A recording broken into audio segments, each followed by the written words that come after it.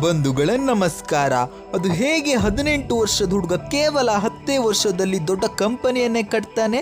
10 ವರ್ಷದಲ್ಲಿ ಆತ ಶ್ರೀಮಂತನಾಗಿದ್ದಾದರೂ ಹೇಗೆ? ಈ ಕಂಪನಿ ದೊಡ್ಡ ಕಾರ್ಪೊರೇಟ್ ಕಂಪನಿಗಳಿಗೆ ಟಕ್ಕರ್ ಕೊಟ್ಟಿತ್ತು. ಹಾಗೆ ಇಂಡಿಯಾದ ದೊಡ್ಡ ಹೋಟೆಲ್ ನೆಟ್ವರ್ಕ್ ಆಗಿಯೇ ಬೆಳೆದಿತ್ತು. ದುಡ್ಡಿಲ್ಲದೆ, ದೊಡ್ಡವರ ಕಾಂಟ್ಯಾಕ್ಟ್ ಇಲ್ಲದೆ, ಒಂದು ನಾರ್ಮಲ್ ಮಿಡಲ್ ಕ್ಲಾಸ್ ಫ್ಯಾಮಿಲಿಯಲ್ಲಿ ಜನಿಸಿದ ಹುಡುಗ ಇಡೀ ದುನಿಯಾನೇ ತಿರುಗಿ ನೋಡೋ ಹಾಗೆ ಎಕ್ಸಾಂಪಲ್ ಸೆಟ್ ಮಾಡ್ತಾನೆ.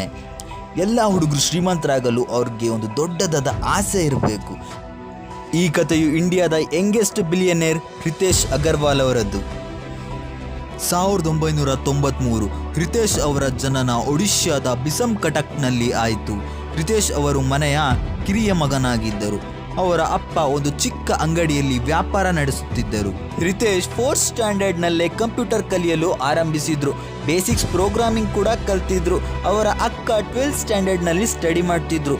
ಅಕ್ಕನ ಕಾಲೇಜ್ನಲ್ಲಿ ಆಂಟ್ರಪ್ರಿನರ್ಶಿಪ್ ಇವೆಂಟ್ ಆರ್ಗನೈಸ್ ಮಾಡಿದ್ರು. ಇವೆಂಟ್ನ ಬಗ್ಗೆ ಹೇಳಿದಾಗ ರಿತೇಶ್ಗೆ ಮೊದಲ ಬಾರಿ ಆಂಟ್ರಪ್ರಿನರ್ಶಿಪ್ ಎಂಬ ವರ್ಡ್ ಕೇಳಿಸ್ಕೋತಾರೆ. ಅದರ ಅರ್ಥ ತಿಳಿಯದೆ ಅಚ್ಚರಿಯಿಂದ ಡಿಕ್ಷನರಿನಲ್ಲಿ ನೋಡಿದಾಗ ಆಗ ತಿಳಿಯುತ್ತೆ, entrepreneurs are the people who solves the problem and creates a business around it ಅಂತ. ಅವರಿಗೆ ಇದು ಬಹಳ ಇಂಟ್ರೆಸ್ಟಿಂಗ್ ಅನಿಸಿತ್ತು. ಸ್ಕೂಲಲ್ಲಿ ಟೀಚರ್ ದೊಡ್ಡವರಾದ್ಮೇಲೆ ಏನಾಗ್ತೀರಾ ಅಂತ ಕೇಳಿದಾಗ ಕ್ಲಾಸ್ ಡಾಕ್ಟರ್, ಇಂಜಿನಿಯರ್, ಆಸ್ಟ್ರೋನಟ್ ಅಂತಾರೆ.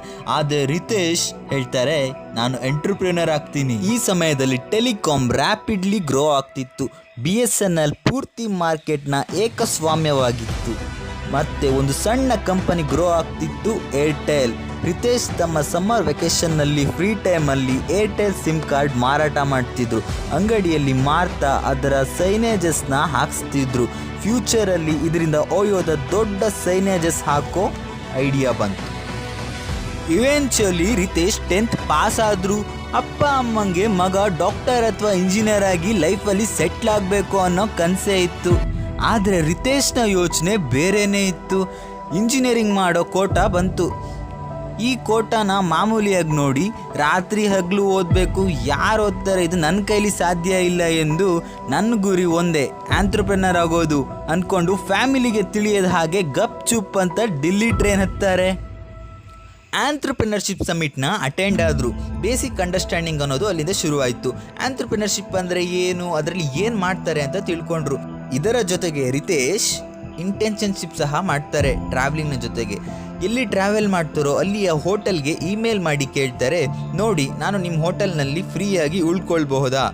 ನಾನು ಹೋಟೆಲ್ ಇಂಡಸ್ಟ್ರಿಯಲ್ಲಿ ಫ್ಯೂಚರ್ನಲ್ಲಿ ದೊಡ್ಡ ಪ್ರಾಬ್ಲಮ್ನ ಸಾಲ್ವ್ ಮಾಡ್ತೀನಿ. ಆಬ್ವಿಯಸ್ಲಿ ಎಲ್ಲರೂ ಆಗಲ್ಲ ಅಂದರು. ಕೆಲವರು ಡಿಸ್ಕೌಂಟ್ ಕೊಡ್ತೀನಪ್ಪ ಅಂದರು. ಫ್ರೀಯಾಗಿ ರೂಮ್ ಸಹ ಕೊಟ್ಟರು. ಹೀಗೆ ಮಾಡ್ತಾ ಕಡಿಮೆ ಖರ್ಚಿನಲ್ಲಿ ಈ ಹುಡುಗ 100ಕ್ಕೂ ಹೆಚ್ಚು ಜಾಗಗಳಿಗೆ ಹೋಗ್ತಾನೆ. ಟೋಟಲ್ 200ಕ್ಕೂ ಹೆಚ್ಚು ಹೋಟೆಲ್ನಲ್ಲಿ ಉಳಿದಿರ್ತಾನೆ. ದಿಲ್ಲಿಗೆ ಬಂದ ಮೇಲೆ ನೋಟಿಸ್ ಮಾಡ್ತಾರೆ, ತುಂಬ ಬಾಡಿಗೆ ಮನೆಗಳಲ್ಲಿ ಒಂದು ರೂಮ್ ಖಾಲಿ ಇರುತ್ತೆ. ಹೋಮ್ ಓನರ್ಸ್ಗೆ ರೆಂಟ್ಗೆ ರೂಮ್ನ ಕೇಳ್ತಾರೆ. ಗುಡ್ಸಿ ಒರೆಸಿದ್ರೆ ಇದರಿಂದ ಅರ್ನಿಂಗ್ ಸಹ ಮಾಡ್ಬೋದು ಎಂದು. ಕೋಡಿಂಗ್ನ ಕಲ್ತಿದ್ದರಿಂದ ಹೊಸ ವೆಬ್ಸೈಟ್ನ ಕ್ರಿಯೇಟ್ ಮಾಡ್ತಾರೆ. ಟೂರಿಸ್ಟ್ ಹಾಗೂ ಕಸ್ಟಮರ್ಸ್ ತಮ್ಮ ರೂಮ್ನ ಆನ್ಲೈನ್ನಲ್ಲಿ ಬುಕ್ ಮಾಡಬಹುದು. ಹೀಗೆ ಎಕ್ಸಿಕ್ಯೂಟ್ ಮಾಡ್ತಾರೆ ತಮ್ಮ ಸ್ಟಾರ್ಟಪ್ ಒರಾವೆಲ್ನ. ಹಗಲು ರಾತ್ರಿ ಅನ್ನೋದನ್ನು ನೋಡದೆ ತಮ್ಮ ಸ್ಟಾರ್ಟಪ್ನ ಮೇಲೆ ಕೆಲಸ ಮಾಡ್ತಾರೆ. ಮಾರ್ಕೆಟ್ನ ಬಗ್ಗೆ ಇನ್ನಷ್ಟು ತಿಳಿಯಲು ನಾರ್ತ್ ಇಂಡಿಯಾದ ಸೈಡ್ ಬಹಳಷ್ಟು ಹೋಟೆಲ್ಗೆ ಹೋಗಿ ಅಬ್ಸರ್ವ್ ಮಾಡ್ತಾರೆ. ಸಣ್ಣ ಪ್ರಾಬ್ಲಮ್ಸ್ನ ನೋಟಿಸ್ ಮಾಡ್ತಾರೆ. ನನ್ನ ಸ್ಟಾರ್ಟಪ್ನಲ್ಲಿ ಇದನ್ನು ಹೇಗೆ ಸಾಲ್ವ್ ಮಾಡಬೇಕು ಅಂತ ಪ್ಲ್ಯಾನ್ ಮಾಡ್ತಾರೆ. ಇದರ ಜೊತೆಗೆ ದಿನ ಕಳೀತಾ ಕಾಲೇಜ್ ಸ್ಟಾರ್ಟ್ ಆಯಿತು. ಈಗ ರಿತೇಶ್ ಕನ್ಫ್ಯೂಷನ್ನಲ್ಲಿದ್ದಾರೆ. ಕಾಲೇಜ್ಗೆ ಹೋದರೆ ಸ್ಟಾರ್ಟಪ್ ಕಥಮ್, ಸ್ಟಾರ್ಟಪ್ ಮಾಡಿದ್ರೆ ಸ್ಟಡೀಸ್ ಕಥಮ್. ಹಾಗೆ ಮನೆಯವರು ಸಿಟ್ಟಾಗ್ತಾರೆ. ಮೊದಲ 2 ದಿನ ಕಾಲೇಜ್ ಹೋಗ್ತಾರೆ. ಸ್ಟಾರ್ಟಪ್ ಕೆಲಸದಲ್ಲಿ ಬ್ಯುಸಿ ಇದ್ದಿದ್ದರಿಂದ ಅಟೆಂಡೆನ್ಸ್ ಕೂಡ ಶಾರ್ಟೇಜ್ ಆಗುತ್ತೆ. ಕಾಲೇಜಲ್ಲಿ ಆಬ್ಸೆಂಟ್ ಆಗ್ತಾರೆ. ನೆಕ್ಸ್ಟ್ ಒಂದು ಮೂವಿ ನೋಡ್ತಾರೆ, ಸೋಷಿಯಲ್ ನೆಟ್ವರ್ಕ್. ಮಾರ್ಕ್ ಝುಕರ್ಬರ್ಗ್ನ ಸಕ್ಸಸ್ ಸ್ಟೋರಿ. ಹೇಗೆ ಮಾರ್ಕ್ ಕಾಲೇಜ್ನ ಬಿಟ್ಟು ಸ್ಟಾರ್ಟಪ್ನ ಕೆಲಸ ಮಾಡ್ತಾರೋ ರಿತೇಶ್ನ ಸಿಚುವೇಶನ್ ಕೂಡ ಸೇಮ್. ಮೂವಿಯಲ್ಲಿ ಇನ್ನೊಂದು ಭಾಗ ಇದೆ. ಮಾರ್ಕ್ಗೆ ಪೀಟರ್ $5 ಲಕ್ಷ ಚೆಕ್ನ ನೀಡ್ತಾರೆ ಸ್ಟಾರ್ಟಪ್ನ ಶುರು ಮಾಡೋದಿಕ್ಕೆ. ರಿತೇಶ್ನ ಹತ್ರ ಅಷ್ಟೊಂದು ಹಣ ಇಲ್ಲ. ಮೂವಿ ನೋಡಿ ಪೀಟರ್ ಫೆಲೋಶಿಪ್ನಲ್ಲಿ ಅಪ್ಲೈ ಮಾಡ್ತಾರೆ. ಈ ಫೆಲೋಶಿಪ್ನಲ್ಲಿ ಕಂಡೀಷನ್ಸ್ ಇದೆ. ಏಜ್ ಲೆಸ್ ದೆನ್ 20 ಆಗಿರಬೇಕು. ಹಾಗೆ ಕಾಲೇಜ್ನ ಡಿಸ್ಕಂಟಿನ್ಯೂ ಮಾಡಬೇಕು. ರಿತೇಶ್ಗೆ ತುಂಬಾ ಖುಷಿಯಾಗತ್ತೆ. ಕಾಲೇಜ್ ಬಿಡೋದಕ್ಕೆ ಇಷ್ಟೊಂದು ದುಡ್ಡು ಯಾರು ಕೊಡ್ತಾರೆ? ಸಿಕ್ಕಿದೆ ಚಾನ್ಸ್ ಅಂತ ಕಾಲೇಜ್ನ ಡ್ರಾಪ್ ಔಟ್ ಮಾಡ್ತಾರೆ. ಇದರಿಂದ ರಿತೇಶ್ಗೆ ಬಿಗ್ ಸಕ್ಸಸ್ ಸಿಕ್ಕಂತಾಗತ್ತೆ. ಯಾಕಂದರೆ ಮೊದಲ ಏಷ್ಯನ್ ಥೀಲ್ ಫೆಲೋಶಿಪ್ಗೆ ಸೆಲೆಕ್ಟ್ ಆದವರು. 18 ವರ್ಷದ ಹುಡುಗನ ಅಕೌಂಟ್ನಲ್ಲಿದೆ ಈಗ 50 ಲಕ್ಷ ಹಣ. ಈ ದುಡ್ಡಿಂದಲೇ ರಿತೇಶ್ ಮುಂದೆ ತಮ್ಮ ಬಿಸ್ನೆಸ್ ಎಂಪೈರ್ನ ಕಟ್ತಾರೆ. ಆದರೆ ಈ ಕಡೆ ರಿತೇಶ್ನ ತಂದೆ ಡೆಲ್ಲಿಗೆ ಬರ್ತಾರೆ ಮಗನ ಸ್ಟಡೀಸ್ ಹೇಗೆ ನಡೀತಿದೆ ಅಂತ ನೋಡೋದಿಕ್ಕೆ. ಒಳ್ಳೆ ಕಾಲೇಜ್ನಲ್ಲಿ ಅಡ್ಮಿಷನ್ ಬೇರೆ ಸಿಕ್ಕಿದೆ. ಆದರೆ ತಂದೆಗೆ ರಿತೇಶ್ನ ನೋಡಿ ಶಾಕ್ ಆಗತ್ತೆ. ಯಾಕಂದರೆ ರಿತೇಶ್ ಕಾಲೇಜ್ಗೆ ಚಕ್ಕರ್ ಹಾಕೋಕ್ಕೆ ಸ್ಟಾರ್ಟ್ ಮಾಡಿ ತುಂಬಾ ಟೈಮ್ ಆಯಿತು. ತಂದೆ ಇದಕ್ಕೆ ಬುದ್ಧಿವಾದ ಹೇಳಿದರೆ ರಿತೇಶ್ ಹೇಳ್ತಾರೆ, ಒಂದು ಸಲ ನನ್ನನ್ನು ಸ್ಟಾರ್ಟಪ್ ಮಾಡೋಕ್ಕೆ ಬಿಡಿ, ಒಂದು ವೇಳೆ ಇದರಲ್ಲಿ ನಾನು ಫೇಲ್ಯೂರ್ ಆದರೆ ನೀವು ಹೇಳ್ದಾಗೆ ಕಾಲೇಜ್ಗೆ ಹೋಗ್ತೀನಿ. ಫ್ಯಾಮಿಲಿಯವರು ಇದಕ್ಕೆ ಒಪ್ಕೊತಾರೆ. ಈಗ ನೋ ಕಾಲೇಜ್, ಅಕೌಂಟ್ನಲ್ಲಿ ಹಣ ಇದೆ, ಫೋಕಸ್ ಏನಿದ್ರು ಸ್ಟಾರ್ಟಪ್ ಮೇಲೆ. ನೆಕ್ಸ್ಟ್ ರಿತೇಶ್ ಮಾರ್ಕೆಟ್ ರಿಸರ್ಚ್ನ ಮಾಡ್ತಾರೆ. ರಿತೇಶ್ಗೆ ಅದರಲ್ಲಿ ಗೊತ್ತಾಗತ್ತೆ ಬಹಳಷ್ಟು ಹೋಟೆಲ್ಸ್ ಆ್ಯಂಡ್ ಲಾಡ್ಜ್ಗಳು ಸೇಲ್ಗೆ ಇದೆ. ರಿತೇಶ್ ಇವನ್ನೆಲ್ಲ ರೆಂಟ್ಗೆ ತಗೊಂಡು ಸ್ವಲ್ಪ ಹಣ ಮಾಡ್ಕೊತಾರೆ. ನಂತರ ಶ್ರೀಮಂತರ ಬಳಿ ಹೋಗ್ತಾರೆ. ರಿತೇಶ್ ಸಣ್ಣ ಹುಡುಗ, ಮೀಸೆ ಕೂಡ ಬಂದಿರೋದಿಲ್ಲ. ಇದಕ್ಕೆ ಬಹಳಷ್ಟು ಜನ ಆತನನ್ನು ಸೀರಿಯಸ್ ಆಗಿ ತಗೊಳ್ಳೋದೇ ಇಲ್ಲ. ಕೆಲವರು ಸೀರಿಯಸ್ ಆಗಿ ನೋಡಿದವರು ಖುಷಿ ಪಡ್ತಾರೆ. ತಮ್ಮ ಹಾಳು ಬಿದ್ದಿರುವ ಬಂಗಲೆಯನ್ನು ಯೂಸ್ ಮಾಡ್ಕೊಳ್ಲಿಕ್ಕೆ ಹೇಳ್ತಾರೆ. ಹೀಗೆ ಕೆಲವರು ತಮ್ಮ ಖಾಲಿ ಪ್ರಾಪರ್ಟಿಗಳನ್ನು ಯೂಸ್ ಮಾಡಿಕೊಂಡು ಅದರಲ್ಲಿ ಹಾಫ್ ಇನ್ಕಮ್ನ ನೀಡೋಕ್ಕೆ ರಿತೇಶ್ಗೆ ಕೇಳ್ತಾರೆ. Like Airbnb type business. ಈ ಬಿಸ್ನೆಸ್ ಮಾಡ್ತಾ ಮಾಡ್ತಾ ರಿತೇಶ್ ಇನ್ನೊಂದು ಹೋಟೆಲ್ ಬಿಸ್ನೆಸ್ನ ದೊಡ್ಡ ಪ್ರಾಬ್ಲಮ್ನೇ ಸಾಲ್ವ್ ಮಾಡ್ತಾರೆ. Worst hotels. ಸುಂದರವಾದ ಅಫೋರ್ಡೆಬಲ್ ಹೋಟೆಲ್ನ ಹುಡ್ಕೊಂಡು ಟ್ರಾವೆಲ್ ಮಾಡ್ತಾರೆ. ಆಗ ತಿಳಿಯುತ್ತೆ ಮಾರ್ಕೆಟ್ನಲ್ಲಿ ಸುಂದರವಾದ ಹೋಟೆಲ್ಗೇನು ಕೊರತೆ ಇಲ್ಲ, ಎಕ್ಸ್ಪೀರಿಯನ್ಸ್ನಲ್ಲಿ ಕೊರತೆ ಇರೋದು ಅಂತ. ಹೇಗೆ ಅಂದರೆ ಇಂಟರ್ನೆಟ್ ಸ್ಟಾಫ್, ರೂಮ್ ಮೇಂಟೆನೆನ್ಸ್. ಕೆಲವೊಂದು ಹೋಟೆಲ್ನಲ್ಲಿ ಸರ್ವಿಸ್ಗೆ ಸ್ಟಾಫ್ಗಳೇ ಇರೋದಿಲ್ಲ. ಒಮ್ಮೆ ಅವರು ಒಂದು ಹೋಟೆಲ್ಗೆ ಹೋದಾಗ ಅಲ್ಲಿಯ ರಿಸೆಪ್ಷನಿಸ್ಟ್ ಶರ್ಟ್ ಕೂಡ ಹಾಕಿರೋದಿಲ್ಲ. ಇದರಿಂದ ಇಂಡಿಯನ್ ಬಜೆಟ್ನ ಹೋಟೆಲ್ಸ್ ತುಂಬ ಖರಾಬ್ ಅನ್ಸ್ಕೊಳ್ಳುತ್ತೆ. ಇದನ್ನು ಸುಧಾರಣೆ ಮಾಡುವುದಾದರೂ ಹೇಗೆ? ರಿತೇಶ್ ಇದಕ್ಕೆ ಎಲ್ಲ ಗೆಸ್ಟ್ಗೆ ಪ್ರಿಡಿಕ್ಟೇಬಲ್ ಎಕ್ಸ್ಪೀರಿಯನ್ಸ್ ಕೊಡಲು ಆರಂಭಿಸಿದ್ರು. ನೀವು ನಮ್ಮಲ್ಲಿ ರೂಮ್ನ ಬುಕ್ ಮಾಡಿದ್ರೆ ಒಳ್ಳೆಯ ಸರ್ವಿಸ್ ನೀಡ್ತೀವಿ ಅಂತ. ಇಲ್ಲಿಂದಲೇ ಶುರುವಾಯಿತು ಓಯೋನ ಫೌಂಡೇಶನ್. ಹೇಗೆ ತಿಳ್ಕೊಳ್ಳೋಣ ಬನ್ನಿ. ಗುಡ್ಗಾಂವ್ನಲ್ಲಿ ರಿತೇಶ್ ಒಂದು ಹೋಟೆಲ್ನ ನೋಡ್ತಾರೆ. ರಿತೇಶ್ ಓನರ್ನ ಬಳಿ ಹೋಗಿ, ಈ ಹೋಟೆಲ್ನ ನೀವು ನನಗೆ ಹ್ಯಾಂಡ್ ಓವರ್ ಮಾಡಿದರೆ ನಂಬರ್ 1 ಹೋಟೆಲ್ ಆಗಿ ಮಾಡ್ತೇನೆ. ಸಕ್ಸಸ್ ಆದರೆ ಪ್ರಾಫಿಟ್ ಇಬ್ಬರಿಗೂ ಅರ್ಧ ಅರ್ಧ, ಲಾಸ್ ಆದರೆ ನನ್ನ ಹೊಣೆ ಅಂತಾರೆ ರಿತೇಶ್. ಓನರ್ ಸ್ವಲ್ಪ ಸಮಯ ಯೋಚನೆ ಮಾಡಿ ನಂತರ ಒಪ್ಕೋತಾರೆ. ನಂತರ ರಿತೇಶ್ ಹೋಟೆಲ್ಗೆ best quality screens, bed, bathing soap ಎಲ್ಲವನ್ನು ಅಫೋರ್ಡ್ ಮಾಡ್ತಾರೆ. ಅವರು ಕೌಂಟರ್ನಲ್ಲಿಯೇ ಕುಳಿತು ಕಸ್ಟಮರ್ಸ್ನ ಇಂಟರ್ಯಾಕ್ಟ್ ಮಾಡೋದ್ರ ಜೊತೆಗೆ ಕಸ್ಟಮರ್ಸ್ಗೆ ಒಳ್ಳೆ ಸರ್ವಿಸ್ನ ಮಾಹಿತಿ ನೀಡ್ತಾ ಹೋಟೆಲ್ ರಿವ್ಯಾಮ್ ಮಾಡಿ ಕಸ್ಟಮರ್ಸ್ಗೆ ಸ್ಯಾಟಿಸ್ಫ್ಯಾಕ್ಷನ್ ಸಿಗೋ ಹಾಗೆ ರೂಮ್ಸ್ನ ಕೊಡ್ತಾರೆ. ಹಾಗೆ ಒಳ್ಳೆಯ SEO ಬರೋ ಹಾಗೆ ಮಾಡಿ ಹೋಟೆಲ್ನ ಆನ್ಲೈನ್ ಟಾಪ್ 3 ರ್ಯಾಂಕಿಂಗ್ನಲ್ಲಿ ಸಿಕ್ತು.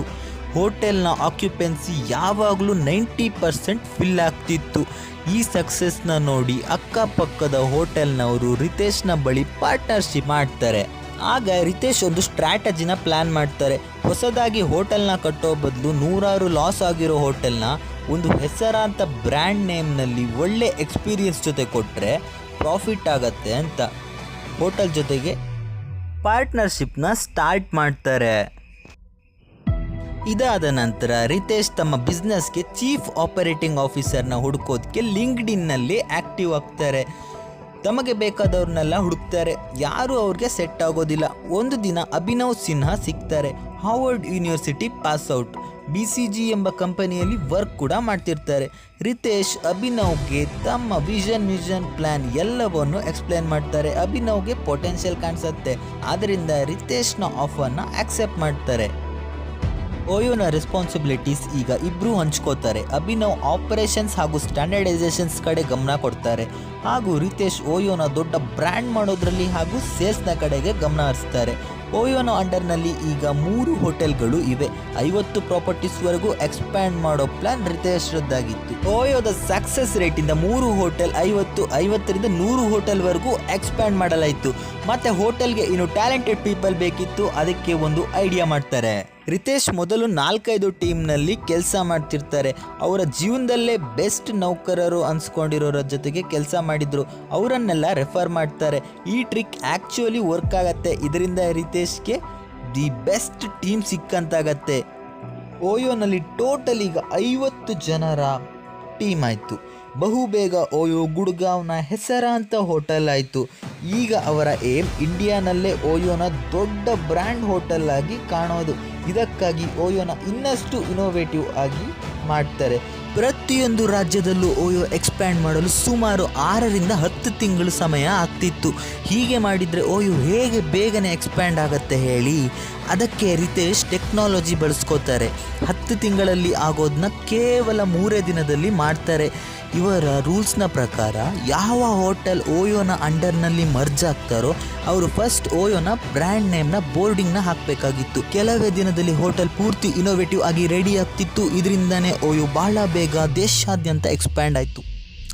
ಈಗ ನಮ್ಮ ವೀಕ್ಷಕರಿಗಿರೋ ಕೆಲವೊಂದು ಡೌಟ್ಸ್ನ ಕ್ಲಾರಿಫೈ ಮಾಡೋಣ. ದ ಫಸ್ಟ್ ಡೌಟ್, ಓಯೋ ರೂಮಲ್ಲಿ ಹಿಡನ್ ಕ್ಯಾಮರಾಸ್ನ ಇಟ್ಟಿರ್ತಾರಾ? ನೋ. ಇನ್ಸೈಡ್ ದ ಗೆಸ್ಟ್ ರೂಮ್ನಲ್ಲಿ ಯಾವುದೇ ತರಹದ ಕ್ಯಾಮ್ರಾಸ್ನ ಇನ್ಸ್ಟಾಲ್ ಮಾಡಿರೋದಿಲ್ಲ. ಯಾಕಂದರೆ ಅವ್ರಿಗೆ ಸ್ಟ್ರಿಕ್ಟ್ ಆದ ಪ್ರೈವಸಿ ಆ್ಯಂಡ್ ಪಾಲಿಸಿಗಳಿರುತ್ತೆ. ಗೆಸ್ಟ್ನ ಸೇಫ್ಟಿಗಾಗಿ ಪಾರ್ಕಿಂಗ್ ಹಾಗೂ ಪಬ್ಲಿಕ್ ಏರಿಯಾಸ್ ಆದಂತಹ ರಿಸೆಪ್ಷನ್ ಹಾಗೂ ಲಿಫ್ಟ್ನಲ್ಲಿ CCTV ಕ್ಯಾಮ್ರಾಸ್ನ ಅಳವಡಿಸಿರ್ತಾರೆ. ಅದರಿಂದ ಯಾವುದೇ ತೊಂದರೆ ಆಗೋದಿಲ್ಲ. ನೆಕ್ಸ್ಟ್ ಡೌಟ್ ಬಂದ್ಬಿಟ್ಟು, ಕಪಲ್ಸ್ ಓಯೋ ರೂಮ್ನಲ್ಲಿ ಸ್ಟೇ ಆಗಬಹುದಾ? ಏನಾದರೂ ರಿಸ್ಕ್ ಆಗತ್ತಾ ಕಪಲ್ಸ್ಗೆ? ಎಸ್, ಕಪಲ್ಸ್ ಓಯೋ ರೂಮ್ನಲ್ಲಿ ಸ್ಟೇ ಆಗಬಹುದು. ಆದರೆ ಸ್ಪೆಸಿಫಿಕ್ ಪಾಲಿಸಿ ಆ್ಯಂಡ್ ರೂಲ್ಸ್ನ ಫಾಲೋ ಮಾಡಬೇಕಾಗತ್ತೆ. ಮೇಯ್ನ್ಲಿ ಗೆಸ್ಟ್ನ ವಯಸ್ಸು 18 ಆಗಿರಬೇಕು ಆ್ಯಂಡ್ ವ್ಯಾಲಿಡ್ ID ಪ್ರೂಫ್ನ ಕೊಟ್ಟು ನೀವು ಉಳಿದುಕೊಳ್ಬಹುದು. ರಿತೇಶ್ ಹೇಗೆ ಇಷ್ಟು ಬೇಗ ಓಯೋನ ಎಕ್ಸ್ಪ್ಯಾಂಡ್ ಮಾಡಿದ್ರು? ಓಯೋ ಎಕ್ಸ್ಪ್ಯಾಂಡ್ ಮಾಡಲು ಮೊದಲನೇ ದಿನ documentation, second day audit and ಹೋಟೆಲ್ಗೆ ಯಾವ್ಯಾವ ಐಟಮ್ಸ್ ಬೇಕು ಅಂತ ನೋಡಿದ್ರು. 3ನೇ ದಿನ ಹೋಟೆಲ್ನ ಇನೋವೇಟ್ ಮಾಡಿ 4ನೇ ದಿನನೇ ಜನರ ಮುಂದೆ ಹೋಟೆಲ್ನ ಲೈವ್ ಮಾಡಿದ್ರು. ಇದರಿಂದಲೇ ಇವರು ಕೆಲವೇ ಸಮಯದಲ್ಲಿ 130 ಹೋಟೆಲ್ನ ಆನ್ಬೋರ್ಡ್ ಮಾಡ್ತಾರೆ. ಅವರ ಸ್ಟ್ರಾಟಜಿ ವರ್ಕ್ ಮಾಡುತ್ತೆ. ಇನ್ನು ಕೆಲವೇ ದಿನದಲ್ಲಿ 500 ಹೋಟೆಲ್ ಜೊತೆ ಟೈಅಪ್ ಆಗ್ತಾರೆ. 2016ರಲ್ಲಿ ಓಯೋ ಇಂಡಿಯಾದ ಒನ್ ಆಫ್ ದ ಬಿಗ್ಗೆಸ್ಟ್ ಹೋಟೆಲ್ನಲ್ಲಿ ಒಂದಾಗಿತ್ತು. ಅದರ ಪೀಕ್ ಟೈಮ್ನಲ್ಲೇ ಪ್ರಾಬ್ಲಮ್ಸ್ಗಳು ಸ್ಟಾರ್ಟ್ ಆಯಿತು. ರ್ಯಾಪಿಡ್ ಆಗಿ ಹೋಟೆಲ್ನ ಎಕ್ಸ್ಪ್ಯಾನ್ಷನ್ ಮಾಡಿದ್ರಿಂದ ಇರ್ರೆಗ್ಯುಲಾರಿಟೀಸ್ ಕಂಪ್ಲೇಂಟ್ಸ್ಗಳು ಬರೋದಕ್ಕೆ ಸ್ಟಾರ್ಟ್ ಆಯಿತು. ಓಯೋ ಮಾಡಿದ ಪ್ರಾಮಿಸ್ ಎಲ್ಲವೂ ಸಂಪೂರ್ಣವಾಗಿ ಕಂಟಿನ್ಯೂ ಮಾಡೋದಕ್ಕೆ, ಅವ್ರಿಂದ ಉಳಿಸ್ಕೊಳ್ಳೋದಕ್ಕೆ ಆಗಲೇ ಇಲ್ಲ. ಯಾವ ಥರ ಅಂದರೆ ಲೈಕ್ ಕ್ಲೀನಿಂಗ್, ವಾಶ್ರೂಮ್ಸ್ ಆಗಿರ್ಬೋದು, ಬೆಡ್, ವೈಫೈ, TV ಎಲ್ಲವೂ irregularities. Customers got bad experience and the biggest problem, ಅವರ ಕನಸಲ್ಲೂ ಕಂಡಿರಿದಂತಹ ಪ್ರಾಬ್ಲಮ್ ಅಂದರೆ ಅದೇ COVID-19. ಲಾಕ್ಡೌನ್ನಿಂದ ಓಯೋನ ಆದಾಯ ಅರ್ಧಕ್ಕಿಂತ ಕಡಿಮೆ ಆಯಿತು. ಎಲ್ಲ ಹೋಟೆಲ್ನಲ್ಲೂ ಸ್ಯಾನಿಟೈಸೇಷನ್ ಆಗಬೇಕಾಗಿತ್ತು. ಜೊತೆಗೆ ಮಿನಿಮಲ್ ಟಚ್ ಎಕ್ಸ್ಪೀರಿಯನ್ಸ್ ಕೊಡಲು ಆರಂಭಿಸಿದ್ರು. ಹಾಗೆ 2000ಕ್ಕೂ ಹೆಚ್ಚು ರೂಮ್ಸ್ಗೆ ಹೆವಿ ಡಿಸ್ಕೌಂಟ್ನ ಕೊಡಲಾರಂಭಿಸಿದ್ರು. ನಂತರ COVID-19 ಕಡಿಮೆ ಆಗ್ತಿದ್ದಂತೆ ಹೋಟೆಲ್ ಇಂಡಸ್ಟ್ರಿ ನಾರ್ಮಲ್ ಆಗ್ತಾ ಬಂತು. ಸ್ಟಾರ್ಟಪ್ ಆ್ಯಂಡ್ ಬಿಸ್ನೆಸ್ ಬಂದಾಗಿದ್ದು ಕೋವಿಡ್ನ ನಂತರ ಸರ್ವೈವ್ ಆಯಿತು. ವೀಕ್ಷಕರೇ, ಇದಾಗಿತ್ತು ರಿತೇಶ್ ಅಗರ್ವಾಲ್ ರವರ ಸಕ್ಸಸ್ ಸ್ಟೋರಿ ಆ್ಯಂಡ್ ಇನ್ಸ್ಪಿರೇಷನ್ ಕೂಡ ಹೌದು ಇದು. ನೀವು ನಿಮ್ಮ ಕೆಲಸ ಮಾಡಿದ್ರೆ ಅದು ನಿಮ್ಮ ಕೈ ಯಾವತ್ತೂ ಬಿಡಲ್ಲ. ನೀವು ಹಳ್ಳಿಯಲ್ಲೇ ಇರಿ ಅಥವಾ ಸಿಟಿಯಲ್ಲೇ ಇದ್ದರೂ, ನಿಮ್ಮ ತಂದೆ ಶ್ರೀಮಂತರೇ ಆಗಿದ್ರು ಇಲ್ಲ ಬಡವರಾಗಿದ್ರು, ಅದೆಲ್ಲ ಲೆಕ್ಕಕ್ಕೆ ಬರಲ್ಲ. ನಿಮ್ಮ ದಾರಿನ ನೀವೇ ಸೃಷ್ಟಿಸ್ಕೊಳ್ಬೇಕು. Nothing is impossible, everything is possible. Do hard work ಅಂತ ಹೇಳ್ತಾ ಮುಂದಿನ ವಿಡಿಯೋದಲ್ಲಿ ಸಿಗೋಣ. Thank you.